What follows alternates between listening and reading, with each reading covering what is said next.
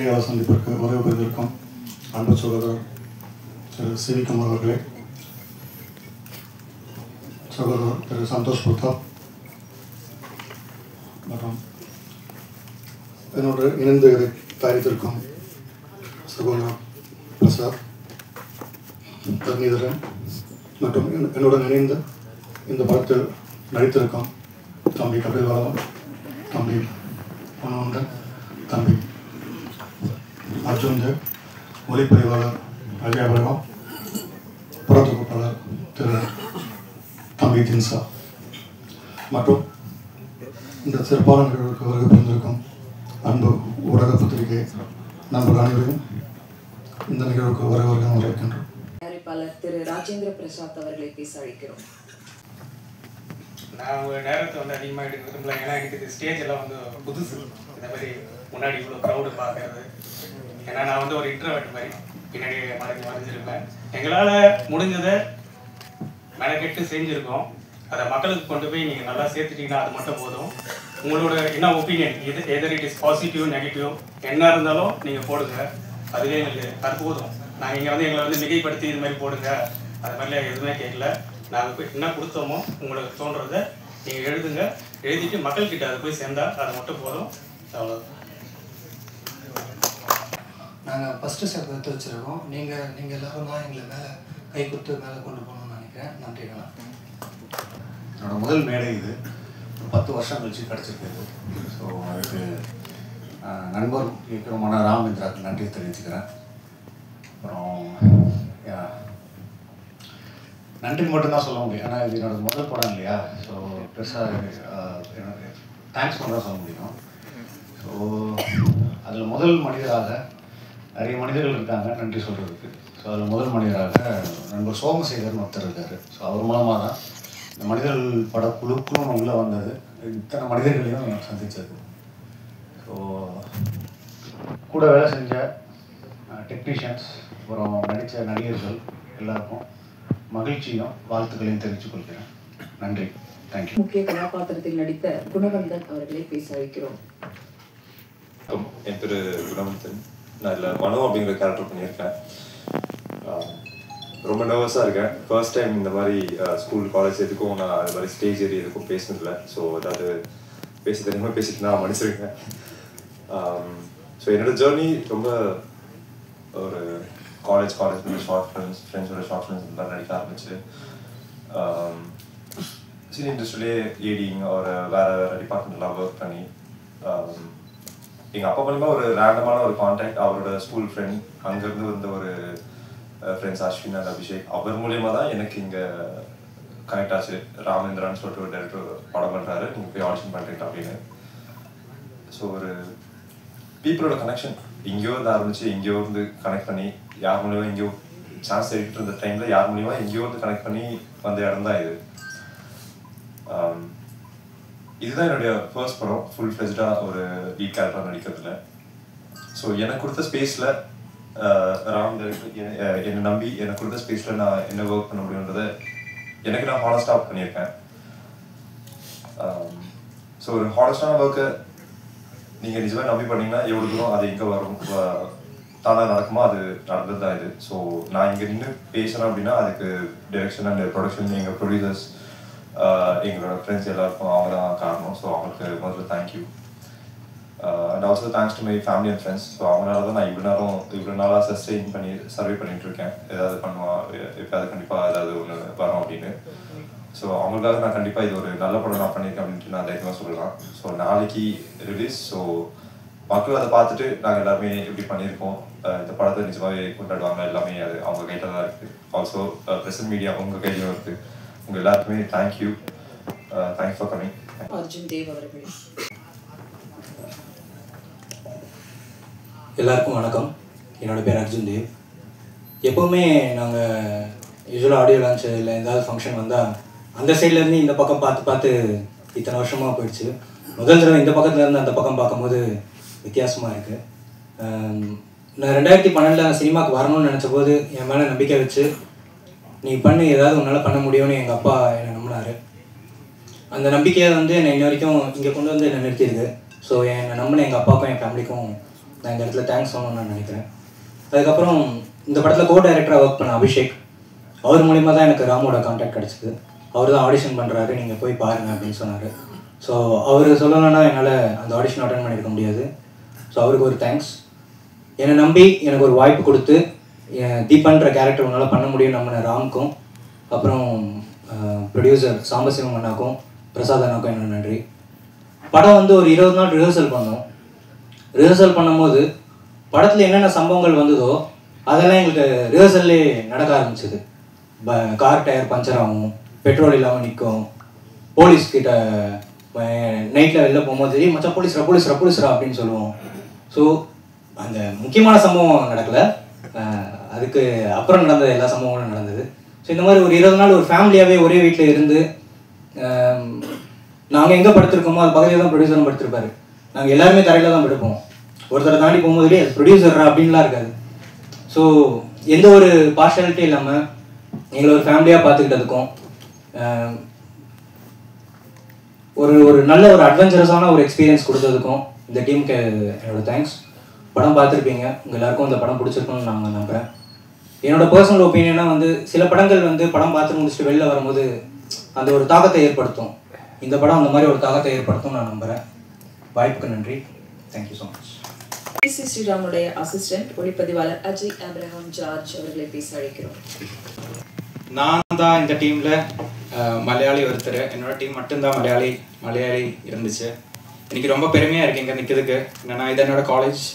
நான் இங்கே தான் எவி பிரசாதில் தான் நான் சினிமாட்டோகிராஃபி படித்து இங்கே தான் அவார்டெல்லாம் வாங்கிட்டு போனேன்.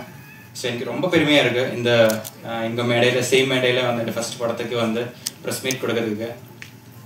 ரொம்ப கஷ்டப்பட்டோம் இந்த படம் இப்படி அச்சீவ் பண்ணதுக்கு. நான் ராம் வந்து கதை சொல்லும்போது இப்படி தான் இருந்தது, நான் இப்படி தான் படம் பார்த்தேன், நீங்கள் எல்லோரும் படம் பார்த்துருப்பேன். நான் இப்படி தான் ராம் என்கிட்ட வந்து கதை சொல்லியிருந்தோம், அதை அப்படியே வந்து நான் ரிஃப்ளெக்ட் பண்ணியிருக்கேன். ரொம்ப உங்களுக்கே தெரியும், ஒரு நைட்டு காரு, அந்த கார் மூவிங்கில் இருக்கு, 6 பேர் இருக்கு. ஸோ அதை அச்சீவ் பண்ணதுக்கு அதோட பேக்கில் வந்து நிறைய கஷ்டங்கள் இருந்துச்சு. நிறைய எக்ஸ்பெரிமெண்ட்டாக நிறைய பண்ணியிருந்தோம்.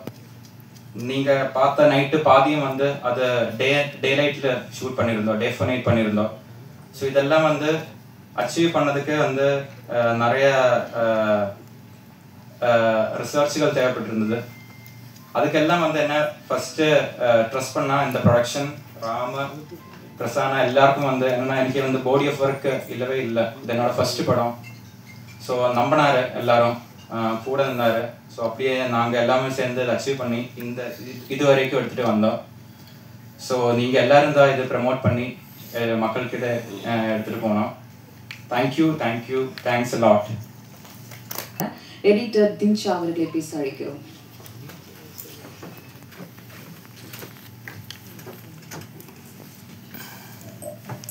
அனைவருக்கும் வணக்கம். மனிதர்கள் என்னோட முதல் படம். நீங்கள் எல்லாரும் தியேட்டரில் பார்த்து சப்போர்ட் பண்ணுங்கள். தேங்க்யூ. குறும்படங்கள் மூலம் பெரும்படத்திற்கு வந்திருக்கக்கூடிய நம்பிக்கையோடு வந்திருக்கக்கூடிய மனிதர்கள் பட இயக்குனர் ராம் இந்திரா அவர்களை பேச அழைக்கிறோம்.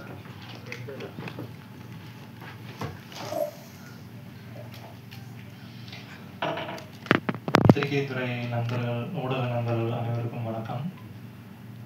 எங்களுடைய குழு மீது மிகுந்த நம்பிக்கை வைத்து எப்போவுமே ஒரு பாசிட்டிவாக எங்களுக்கு நிறைய ஐடியா சொல்லக்கூடிய சிவி குமார் சார், அவருக்கு ரொம்ப நன்றி இங்கே வந்திருக்கிறதுக்கு. அப்புறம் சந்தோஷ் பிரதாப் சார், அவரும் படம் பார்த்துட்டு ரொம்ப ரொம்ப நம்பிக்கையோடு பேசினாங்க. நிறைய சினிமாவில் இருக்கக்கூடிய இயக்குநர்கள் நிறைய பேருக்கு படத்தை பற்றி சொல்கிறாங்க, இந்த மாதிரி ஒரு சின்ன டீம் இருக்குது அப்படின்னு சொல்லி ஒரு பாசிட்டிவாக எல்லாருக்கிட்டையும் எடுத்துகிட்டு போகிறாங்க. அவருக்கு ரொம்ப நன்றி. அப்புறம் எங்களுடைய மற்ற எல்லாமே நாங்கள் எல்லாம் ஒரு குடும்பம் மாதிரி தான். மற்ற எல்லாருக்கும் நன்றி. இந்த படம் வந்து பேசுகிறதுக்கு சரி ஏதாவது எழுதலாம், பயிற்சி எடுத்துகிட்டு வரலாம் அப்படின்னு நினச்சேன். ஆனால் அது கூட சுத்தமாக நேரம் இல்லை. எல்லாருமே எல்லா வேலையும் பார்த்து தான் இந்த படத்தை பண்ணோம். ஒரு ப்ரொடியூசர் மாதிரி இல்லாமல் டைரக்டர் அப்படி அந்த மாதிரி இல்லை. எங்களுடைய குழு ஒரு உதவி இயக்குனர்லேருந்து ஒரு ப்ரொடியூசர் வரைக்கும் எல்லாருமே எல்லா வேலைகளையும் பார்த்து ஒரு குடும்பம் மாதிரி ஒரு கூட்டு உழைப்பில் தான் இந்த மனிதர்கள் திரைப்படம் வந்து உருவாகியிருக்கு. இதில் வந்து சிலருக்கு நான் முதல்ல நன்றி சொல்லிடுறேன். இந்த கதை வந்து எப்படி உருவாச்சு அப்படின்றத நான் சொல்லணும்.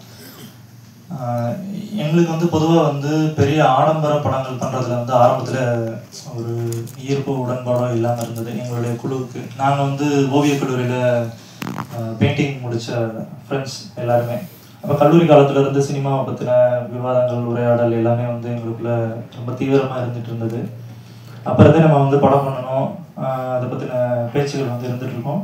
நான் ஒருத்தர் மட்டும் சினிமாவில் வந்து சஸ்டைன் ஆகியிருந்தேன். மற்ற எல்லாருமே வந்து வேறு துறைக்கு போனாலுமே வந்து இந்த ஒரு 10 வருஷம் கழித்து அவங்க எல்லாரும் வந்து இணைந்து தயாரித்து இந்த படம் வந்து உருவாகியிருக்கு. இந்த கதை வந்து இப்போ நான் என்னுடைய சொந்த ஊர் வந்து திண்டுக்கல். இந்த கொரோனா டைமில் வந்து கொரோனா டைமில் தான் ஊரை பற்றி புரிஞ்சுக்க முடிஞ்சது என்னால். நான் ஸ்கூல் முடித்தோடனே வந்து சென்னைக்கு வந்தாச்சு. அந்த ஊருடைய தன்மையும் அந்த நிலத்துடைய வாசமும் அந்த உயிர்ப்பும் வந்து புரிஞ்சுக்கிற அந்த ஒரு நாள் வரும்போது நான் வந்து சென்னைக்கு வந்துட்டேன். ரொம்ப வருஷம் ஆயிடுச்சு. அதுக்கப்புறம் வந்து இந்த கொரோனா டைமில் தான் ஒரு வருஷம் வந்து தங்கக்கூடிய ஒரு சூழல் வந்தது. அப்போ தான் அங்கே இருக்கக்கூடிய மனிதர்களும், அங்கே இருக்கக்கூடிய ஸ்லாங்கும், அங்கே இருக்கக்கூடிய லேண்ட்ஸ்கேப்ஸ் எல்லாமே எனக்கு பெரிய ஒரு ஆச்சரியத்தை கொடுத்தது. நம்ம ஏதோ கற்பனையிலே வந்து கதைகளை பின்னிக்கிட்டு இருக்கோம், சுற்றி நம்மளை சுற்றி வந்து கவனிக்காமல் இருந்துட்டோமே அப்படின்ற ஒரு விஷயம் வந்து அப்போ தான் அங்கே ரியலைஸ் ஆச்சு. அங்கே சுற்றி இருக்கக்கூடிய நிகழ்வுகள், மனிதர்கள், அவர்களை பார்த்த அந்த அண்டர்ஸ்டாண்டிங்கில் உருவானது தான் இந்த மனிதர்கள் கதை. இந்த கதையை ரெடி பண்ணிவிட்டு நண்பர்கள்ட்ட சொல்லும்போது எல்லாருக்கும் ரொம்ப ரொம்ப பாசிட்டிவாக இருந்தது. நல்லா பண்ணலாம் அப்படி இப்படின்னு பேசிகிட்டு இருந்தோம். ஆனால் இது எந்த தயாரிப்பாளரும் ஒத்துக்க மாட்டாங்க இந்த கதையை போய் சொன்னால். வாய்ப்பு மிக குறைவு. ஏன்னா நான் எந்த திரைப்படத்துலையும் வந்து உதவியாளராக இருந்ததில்லை, ஷார்ட் ஃபிலிம்ஸ் மூலமாக தான் வந்திருக்கேன். அப்போ நம்மளுடைய ப்ரொஃபைல் வந்து ரொம்ப முக்கியமாக இருக்குது. அது கொஞ்சம் ஒரு தடையாகவும் இருந்தது. அப்போ நம்ம வந்து ஃப்ரெண்ட்ஸ் எல்லாம் சேர்ந்து இண்டிபெண்டண்ட்டாக பண்ணலாம் அப்படின்னு ஒரு சின்ன பேச்சு கிளம்பிட்டு இருந்தது. அப்போ ஒரு உரையாடலில் வந்து நாங்கள் ஒரு 7-8 நண்பர்கள் ஒன்றா உட்காந்து பேசிகிட்டு இருந்தோம். அப்போ வந்து பிரசாத் அண்ணா, ராஜேந்திர பிரசாத், அவர் வந்து ஒரு 10 வருஷத்துக்கு முன்னாடி நான் கல்லூரி காலத்தில் பார்த்தது. அன்னைக்கு வந்து வந்திருந்தார், எதேர்ச்சியாக வந்திருந்தார். அவர் அடையாளம் கூட எனக்கு தெரியல. இப்போ தாடி மீசெல்லாம் வளர்த்து அங்கே பேசிகிட்டு இருக்கும்போது என்ன பண்ணிட்டு இருக்கீங்க, என்ன இந்த மாதிரி வந்து ஒரு இண்டிபெண்ட்டாக ஏதாவது பண்ணலாம், படம் பண்ணலான்ட்டு ஒரு கதை ரெடி பண்ணியிருக்கேன் அப்படின்னாரு. அப்படியா, என்ன எப்படி பண்ணுவீங்க அப்படின்லாம் கேட்டார். நான் சொன்னேன், இந்த மாதிரி ஒரு சின்ன தொகை இருந்ததுன்னா பண்ணிடலாம். அப்படியா அப்படின்னு சொல்லிட்டு உடனே பேக்கில் இருந்து ஒரு 1.5 லட்ச ரூபாய் எடுத்து கையில் கொடுத்தாரு. கொடுத்துட்டு நீங்கள் வேலையை ஆரம்பி அப்படின்னாரு. அது எல்லாருக்கும் வந்து பயங்கர ஒரு அதிர்ச்சி அப்புறம் நெகிழ்ச்சியாகவும் இருந்தது. நாங்கள் ஃப்ரெண்ட்ஸ்லாம் ஒரு மாதிரி கலக்கமாயிட்டோம். நீ இப்போயே ஆரம்பி, நான் மற்ற அமௌண்ட்லாம் தரேன் அப்படின்ட்டு. அப்போ உடனே பக்கத்தில் இருக்க ஃப்ரெண்ட்ஸ் எல்லாருமே வந்து நான் ஒரு 4 லட்சம் தரேன், 5 லட்சம் தரேன், மச்சி நானும் ரெடி பண்ணுறேன் அப்படின்னு சொல்லி இது இந்த மாதிரி வந்து உருவாச்சு. இது யாரும் நினச்சி பார்க்க முடியாது. இது இப்படி நடக்குமா அப்படின்னும் தெரியல. இதை கேள்விப்பட்ட ஃப்ரெண்ட்ஸ் ஆஃப் ஃப்ரெண்ட்ஸ், யூகேல இருக்கக்கூடிய நவீன், இங்கே தரணிதரன், அப்புறம் யுவராஜ் எல்லாருமே வந்து கலந்து ஒவ்வொரு நண்பர்களும் இப்போ எங்களை பற்றின ஒரு நம்பிக்கையோட எங்கெங்கிருந்து வந்து அமௌண்ட்டை கொடுத்தாங்க. இப்போ ரொம்ப நம்ம வற்புறுத்தியோ இல்லை யார்கிட்டையும் வந்து சார் எப்படியாவது பண்ணுங்க அந்த மாதிரி வந்து நம்ம கேட்கவே இல்லை. இது வந்து ஒரு முழுக்க ஒரு நம்பிக்கையின் பேரில் தான் இந்த ஒரு கூட்டணி வந்து உருவாச்சு. அப்படிதான் இந்த படம் வந்து ஸ்டார்ட் ஆச்சு. அதுக்கு ரொம்ப முக்கிய காரணமாக இருந்த பிரசாத் அண்ணாவுக்கு ரொம்ப நன்றி. அதுக்கப்புறம் வந்து தரணிதரன், பரிமளா குலோத்துங்க, அதுக்கு அடுத்து நண்பன், அப்புறம் யுவராஜ், அவர் வந்து இங்கே வரல, இப்போ இன்னொரு யுவராஜ் வந்திருக்காரு, அந்த நண்பர், இவங்க எல்லாருக்கும் நன்றி. இதை கேள்விப்பட்ட நவீன், அந்த யூகேல இருக்க அந்த ப்ரொடியூசர், அவரும் வர முடியல, அவருக்கும் ரொம்ப நன்றி தெரிவிச்சுக்கிறேன். இந்த ஒரு கூட்டணி உருவானோடனே வந்து ஒரு மிகப்பெரிய ஒரு சப்போர்ட்டாக மேற்கொண்டு வந்த சாம்பசிவம் சார், அவர்கிட்ட போயிட்டு நாங்கள் இந்த மாதிரி ஒரு படம் பண்ண போகிறோம் அப்படின்னு சொல்லிட்டு சொல்லும்போது அவருக்கு கதை ரொம்ப பிடிச்சிருந்தது. அவர் வந்து சரி இந்த குழு வந்து ஒரு நம்பிக்கையோடு இருக்குது, ஒரு புது முயற்சியை பண்ணுறாங்க அப்படின்னு சொல்லி அவரும் இந்த குழுக்குள்ள மிக முக்கியமான ஒரு ஆளாக வந்து இந்த படத்துடைய வடிவம் வந்து இன்னும் கொஞ்சம் பெருசாச்சு. அவருக்கு ரொம்ப நன்றி. அதே மாதிரி இதில் வந்து இன்னும் கொஞ்சம் ஒரு சிலர் வந்து ப்ரொடியூஸ் பண்ணியிருக்க என்னுடைய நண்பர்களுடைய பேரை மட்டும் நான் சொல்லிக்கிறேன். சுந்தரமூர்த்தி அண்ணா, அதுக்கப்புறம்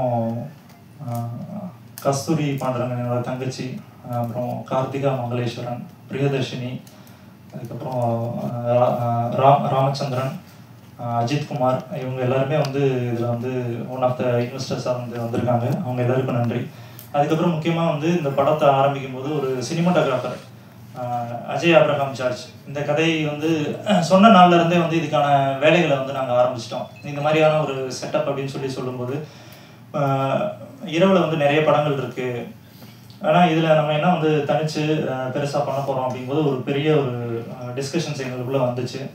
கலர்ஸை வந்து எப்படி ட்ரீட் பண்ணுறது, லைட்ஸை எப்படி வந்து கொண்டு வர்றது, மக்களுக்கு ரொம்ப யதார்த்தமான ஒரு அழகியல் படைப்பாக இது வந்து வரணும், ஒரு ஏஸ்தட்டிக் ரியலிசம் பாணியில் வந்து இது வரணும் அப்படின்னு சொல்லி அதுக்காக நிறைய ஒர்க் அவுட் பண்ணோம். நிறைய வந்து அனலைஸ் ஸ்டடீஸ்லாம் பண்ணி அவர் ரொம்ப கடுமையாக உழைச்சி இந்த படத்துக்காக விஷுவல்ஸ் கொடுத்துருக்காரு. அது உங்களுக்கு படம் பார்க்கும்போது உங்களுக்கு தெரியும் நம்புகிறேன். அதுக்கப்புறம் வந்து எடிட்டர் தின்சா, அவருடைய உழைப்பு வந்து அபாரமானது. ஒரு கிட்டத்தட்ட ஒரு 10 மாதத்துக்கிட்ட இந்த படத்துடைய படத்தொகுப்பு நடந்தது. அது சொன்னால் வந்து நாங்கள் படம் பண்ணிகிட்டு இருக்கும்போது எல்லோரும் சொல்லுவாங்க, என்ன அவதார படமாக எடுக்கிறீங்க, இத்தனை வருஷமாக போட்டு இது பண்ணிக்கிட்டே இருக்கீங்க அப்படிம்பாங்க. அது நம்ம சொல்லி புரிய வைக்க முடியாது. அது நிகழ்ந்து வரும்போது தான் அதோடைய சாரம் வந்து நமக்கு அது கண்கூட பார்க்கும்போது தான் அது வந்து நமக்கு ரொம்ப ஆத்மார்த்தமான ஒரு உணர்வாக இருக்கும். அது மாதிரி நாங்கள் ஒரு சில வருடங்கள் இந்த படத்தில் வந்து பயணித்து எங்களுக்கு திருப்தியாக இந்த படத்தை வந்து உருவாக்கியிருக்கோம். தின்சாக்கு ரொம்ப நன்றி. சினிமா கற்றுட்டு சினிமா வந்திருக்காங்க. ஸோ அந்த 10 வருஷம் டிஃப்ரென்ஸ் எனக்கும் உங்களுக்கும் அதுதானே தவிர வேறு எக்ஸ்பீரியன்ஸ் படி பார்த்தா I think we're all same. I guess like நான் 10 வருஷமாக இண்டஸ்ட்ரியில் இருக்கீங்க இல்லையா எல்லாருமே. ஸோ எனக்கும் அதே வயசு தான் சினிமாவில், நானும் அதே இடத்துல தான் நிற்கிறேன்னு நினைக்கிறேன். என்ன ஒரு விஷயம்னா, இப்போது வியாபாரம்னு வரும்போது அவங்க கேட்குற கேள்வி கரெக்டான விஷயம் தான். என்னன்னா தெரிஞ்ச ஆர்டிஸ்ட் வேணும் அப்படின்னு நினைக்கிறதோ, இல்லை தெரிஞ்ச டெக்னீஷியன்ஸ் இருக்கணும்னு நினைக்கிறதோ, அது அவங்க சைடில் இருக்கிற நியாயம். ஸோ எங்கள் சைட்லேருந்து பார்த்தீங்கன்னா, நான் இப்போது நிறைய படங்களுக்கு வந்து புதுமுக இயக்குனருக்கு வந்து வாய்ப்பு தந்திருக்கேன். ஆனால் சில நேரத்தில் நம்ம படம் ஆரம்பிக்கும் போதே நமக்கு தெரிஞ்சிடும் அந்த படம் எப்படி வரப்போகுது அப்படின்னு. இருந்தாலும் வந்து முழு நம்பிக்கையை போட்டு பண்ணும்போது சில நேரத்தில் அந்த படம் வந்து ரெக்கக்னைஸ் ஆக மாட்டேங்குது. ஸோ அந்த விதத்தில் இந்த சைடும் ஒரு ட்ராபேக் இருக்குது. ஸோ அதனால் நான் யாரையும் இங்கே தப்பு சொல்ல முடியாது. ஒரு சைட்லேருந்து பார்த்தா எல்லாருடைய ஆதங்கம் வந்து அவங்க சைட்லேருந்து பார்த்தா நியாயமாக தான் இருக்கும். ஸோ டெஃபினெட்லி இது நல்ல படைப்பு தான். ஸோ கண்டிப்பாக இது நல்லபடியாக பேசப்படும். இது சினிமாவா தியேட்டரா எப்படி பிஸ்னஸ் ஆகுதுன்னு எனக்கு தெரியாது. அண்ட் கண்டிப்பாக ஓடிடியில் வந்தால் எப்படியும் ஸ்லோ பிக்கப் ஆனாலுமே வந்து கண்டிப்பாக அந்த படம் பேசப்படும்னு எனக்கு தெரியும். ஏன்னா நம்ம ஒரு 10 வருஷம் 15 வருஷமாக வந்து சினிமா பார்த்துட்ருக்கோம், சினிமா சின்ன வயசுலேருந்தே பார்த்துட்ருக்கோம், இண்டஸ்ட்ரியில் இருக்கோம். ஸோ இதில் கற்றுக்கிட்ட விஷயம் என்னன்னா, எது நல்ல படம் இல்லைன்னு நம்மளுக்கு அட்லீஸ்ட் பர்சனலாக தெரியும். நான் நடித்த படங்களாக இருந்தாலுமே நான் வந்து நல்ல கிரிட்டிக்காக தான் பார்ப்பேன். என்னோடய படம்ன்றதால நான் பெருசாலாம் வந்து மார்க்கெட் பண்ண நான் ஆசைப்பட மாட்டேன். ஸோ நல்ல படம் பண்ணியிருக்கீங்க. பிரேக் கிடைக்கிறதுக்கு கண்டிப்பாக டைம் எடுக்கும், இல்லைனா இந்த படமே பெரிய வெற்றியாக கூட அமையும். அது நம்ம கையில் இல்லை. ஏன்னா இன்னைக்கு நிறைய படங்கள் எனக்கு கிட்டத்தட்ட ஒரு 6-7 படங்கள், ஒரு 2 வெப் சீரிஸ், இது எல்லாமே இன்னும் பெண்டிங்கில் இருக்குது. பெரிய பெரிய ப்ரொடியூசர்ஸ் தான், பெரிய பெரிய டைரக்டர்ஸ் தான். இருந்தாலும் அவங்களே வந்து சினிமா வந்து இன்னைக்கு என்னன்னு தெரியாமல் புரியாமல் இருக்காங்க. ஏன்னா இங்கே ஓடிடி பிளாட்ஃபார்மாக இருக்கட்டும், இல்லைனா மற்ற பிளாட்ஃபார்ம் தான் இருக்கட்டும், எல்லாருமே வந்து ஒரு இனிஷியலாக வந்து சினிமா தான் இருக்குது. ஆனால் சினிமா வந்து பயங்கரமாக சப்ரஸ் பண்ணி வச்சுருக்காங்க. ஸோ சொன்ன மாதிரி சார் சொன்ன மாதிரி ப்ரொடியூசர்ஸ் எல்லாமே வந்து ரொம்ப கஷ்டப்பட்டுட்டு இருக்காங்க லாபம் பண்ணுறதுக்கோ இல்லை பிஸ்னஸ் பண்ணுறதுக்கோ. ஏன்னா எல்லா சைடு எங்கே போனாலுமே வந்து லாக் பண்ணி வச்சுருக்காங்க. ஏன்னா இவங்க ஃபஸ்ட்டு ஒரு கிங் மேக்கராக இருந்தாங்க, இன்னைக்கு இவங்கள வந்து ஒரு டெசிஷனுக்கு தள்ளப்பட வேண்டிய ஒரு சுச்சுவேஷனாக இருக்குது. ஏன்னா ஓடிடியில் வந்து ஒன்று ப்ராஃபிட் ஷேரிங், இல்லைனா வந்து ஃப்ரீயாக கொடுக்க சொல்கிறான்னு சொல்லி ரீசெண்டாக தனஞ்சயன் சார் கூட புலம்பிட்டு இருந்தார். So it's kind of hard situation. ஒரு டிரான்சிஷன் நடந்துட்டுருக்கு. கண்டிப்பாக இது எல்லாமே மாறும்னு நினைக்கிறேன். எங்கேயாவது நம்ம எல்லாருமே ஒரு டேர்முக்கு வந்து இது சினிமா ஹெல்த்தியாக இருக்கணும், மற்றவங்களை என்டர்டெயின் பண்ணணும், சினிமாவை வாழணும் அப்படின்றதுக்காக எல்லாம் சேர்ந்து உழைக்கணும்னு நான் நினைக்கிறேன். And all the best to the whole team. And விஷயம் சொல்ல மறந்துட்டேன், ஒரு 2 மினிட்ஸ் மட்டும் கொஞ்சம் பொறுமையாக இருங்க. ஏன்னா நடிகர்களை பற்றி நான் குறிப்பிட்டு பேசாமல் விட்டுட்டேன். ஏன்னா ரொம்ப அபாரமான பயங்கர கடுமையான உழைப்பு வந்து கொடுத்துருக்காங்க. நீங்கள் படம் பார்த்தீங்கன்னா தெரியும், ரொம்ப சகதியிலையும் மழையிலையும் இவங்க வந்துட்டு அந்த ஒரு 40 நாள் கழிச்சு திண்டுக்கல்லேருந்து கிளம்பும் போது என்னோட குடும்பத்தாரே ரொம்ப வேதனைப்பட்டாங்க இவங்களை பார்த்து. யாரா இவங்க இந்த பசங்களை பிடிச்சிட்டு வந்து இவ்வளோ வதச்சிட்டீங்களே அப்படின்ற மாதிரி. இது வந்து நீங்கள் படம் பார்க்கும்போது உங்களுக்கு ரொம்ப தெரியும் எவ்வளோ கடுமையாக உழைச்சிருக்காங்க. அவங்க எல்லாருக்கும் ரொம்ப நன்றி. ஒரு நல்ல ஒரு எக்ஸ்பீரியன்ஸ் இந்த ஃபிலிம் வந்து கொடுக்கணும்னு நினைக்கிறேன். அதுக்காக தயவு செஞ்சு எல்லாரும் வந்து தேட்டரில் வந்து பார்க்கலாம். அதே மாதிரி வந்து இந்த படத்தை வந்து டிஸ்ட்ரிபியூட் பண்ணக்கூடிய ஜெனரஸ் என்டர்டெயின்மெண்ட், அவங்க நல்லபடியாக வந்து அதாவது ஒரு சின்ன அளவில் இருந்தாலும் இதன் மீது வந்து ஒரு நம்பிக்கையை வைத்து இதை எல்லா பக்கமும், அதாவது இன்னைக்கு பெங்களூர்லேயும் மைசூர்லேயும் வந்து 20 ஸ்க்ரீன்ஸ்க்கு மேலே வந்து இந்த படம் ரிலீஸ் ஆகுது. இது வந்து எத்தனை தேட்டர், ஒரு 5 தேட்டர் கிடைக்குமா, அதாவது தமிழ்நாட்டில் ரிலீஸ் பண்ணுறதுக்கே அப்படின்ற மாதிரி தான் இந்த படத்தை வந்து கேட்டாங்க. பெங்களூரில் மட்டுமே வந்து ஒரு 20 ஸ்க்ரீனுக்கு மேலே ரிலீஸ் ஆகுது. தமிழ்நாட்டில் 70 ஸ்க்ரீன்ஸ் கிட்ட வந்து ரிலீஸ் ஆகுது. அதனால் எல்லாருமே வந்து தேட்டருக்கு போய் இந்த படத்தை பாருங்கள். அவங்க ஜெனரஸ் என்டர்டைன்மெண்ட்டுக்கும் வந்து நன்றி சொல்லிக்கிறேன். பத்திரிகை ஊடகத்துறை இந்த படத்தோட தயாரிப்பாளர்கள் ஒருவர் திரு சாம்பசிவம், அவர் வந்து என்னோட நெருங்கிய நண்பர். அவர் முன்னாடியே வந்து ஒரு படம் பண்ணியிருக்காரு, 2 படம் பண்ணியிருக்காரு. கடவின்னு ஒரு படம் ரிலீஸ் பண்ணாங்க. இது 2வது படம்னு நினைக்கிறேன். இந்த படம் எடுத்துகிட்டு இருக்கும்போது என்கிட்ட வந்து ஒரு நாள் சொன்னாங்க, பாதி ஃபுட்டேஜ் இருக்குது பார்க்குறீங்க அப்படின்னா. நான் படம் பார்த்துட்டு இருந்தேன். அப்புறம் கேட்டீங்கன்னா பேசிட்டே இருக்காங்க, யாரும் இப்போ லேடிஸே இல்லை, ஹீரோயினே கிடையாது படத்தில் அப்படின்னு. அவர் இல்லை, நாங்கள் 5 பேர் தான், இது மட்டும் தான் நாங்கள் போயிட்டுருக்கோம் அப்படின்னு. அப்புறம் நான் அவர்கிட்ட ஒரு இன்சிடென்ட் சொன்னேன். நான் சூதுன்னு ஒரு படம் எடுத்தோம். அதில் வந்து அந்த பொண்ணு வந்து கனவுல வருவாங்க அந்த படம். இப்போ நல்லா எப்படி நான் இந்த மாதிரி கேரக்டர் எழுதுனீங்கன்னு கேட்டேன். அப்போ சொன்னார் என்கிட்ட வந்து, இல்லை சார் அந்த படத்தில் வந்து பூராமே கான்வென்ஸு, அவங்களுக்கு நடுவில் ஒரு பொண்ணை என்னால் வைக்க முடியல, அதனால் நான் பொண்ணே இல்லாமல் தான் கதை எழுதினேன். அதை கொண்டு போய் சுந்தர் சி சார்ட்ட படிக்க கொடுத்தேன்.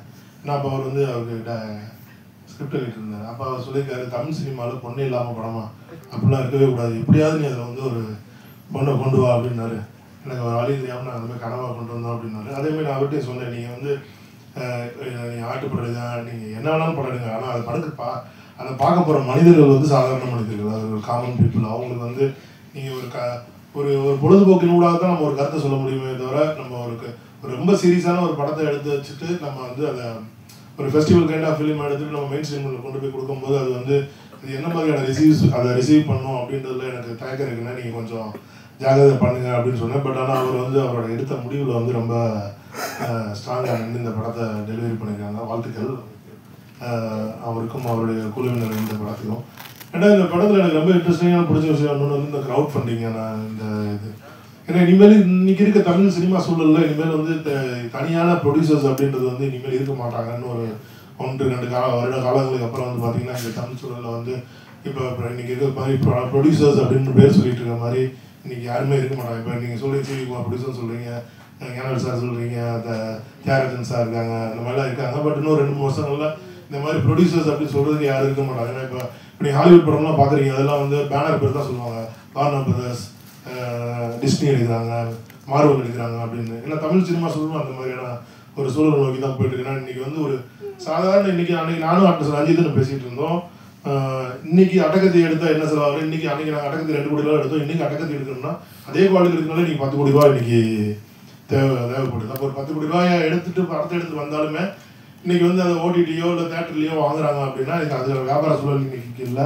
அப்போ 10 கோடி ரூபாயுமே ரிஸ்க் எடுக்கிற அளவுக்கு ஒரு ப்ரொடியூசரால் முடியுமா, தனியான ஒரு ப்ரொடியூசராக முடியுமானா இனிமேல் அதுக்கான சாத்தியங்கள் ரொம்ப ரொம்ப கம்மி. பட் ஏன்னா இந்த டீம் வந்து ரொம்ப பிரில்லியண்டாக ஒரு விஷயம் பண்ணியிருக்காங்க. அதை க்ரௌட் ஃபண்டிங்கில் பண்ணியிருக்காங்க. ஒரு 10-15 பேர் சேர்ந்து அதை பண்ணியிருக்காங்க. தமிழ் இன்னைக்கு இனிமேல் வரப்போகிற தமிழ் இளம் படைப்பாளிகள் வந்து இந்த படத்தை ஒரு மாடலாக எடுத்துக்கோங்க. ஏன்னா இனிமேல் வந்து உங்களோட படைப்புகள் வந்து நீங்கள் நினைக்கிற மாதிரியான கதைகளை வந்து இண்டிபெண்டாக நீங்கள் சொல்ல விரும்புனீங்கன்னா இனிமேல் க்ரௌட் ஃபண்டிங் மட்டும்தான் தமிழ் சினிமா சூழலில் ஒரே வழி. ஏன்னா நீங்கள் ப்ரொடியூசரை தேடிட்டு இருந்தீங்கன்னா உங்களுக்கு கிடைக்க மாட்டாங்க, அதுக்கான வாய்ப்புகளும் இல்லை. அதே மாதிரி அதேமாதிரி எனக்கு ஒரு ரொம்ப நாளாக ஒரு கொஸ்டின் நான் வந்து இருந்துச்சு. நான் இன்னைக்கு இவங்க வந்து இந்த மாதிரி ப்ரெஸ் மீட் வரப்போகுதுன்னு சொல்லும்போது நான் வந்து அவங்ககிட்டயும் அதை நான் சொன்னேன். இந்த மாதிரி எல்லாத்தையும் உங்கள் மூலமாக தான் கொண்டு போய் சேர்க்குறேன், நான் அவங்கள்ட்ட சொல்லாதீங்க. ஏன்னா 365 நாள் டெய்லி 4 தடவை அதே அவங்க கேட்டுகிட்டே இருப்பாங்க, ஏதாவது புதுசாக பேசுங்க. பட் ஆனால் அதே தான் அவங்களும் பேசுனாங்க. ஸோ இந்த படம் எனக்கு தெரிஞ்சு ஒரு நல்ல கலைப்படைப்பாக வந்திருக்கு. இந்த படத்தை நடுவில் இந்த படத்துக்கு ஓடிடியில் நல்ல ஒரு வரவேற்பு பெறும்னு நான் நம்புகிறேன். படக்குழுவினருக்கும் அதற்கும் என்னுடைய வாழ்த்து.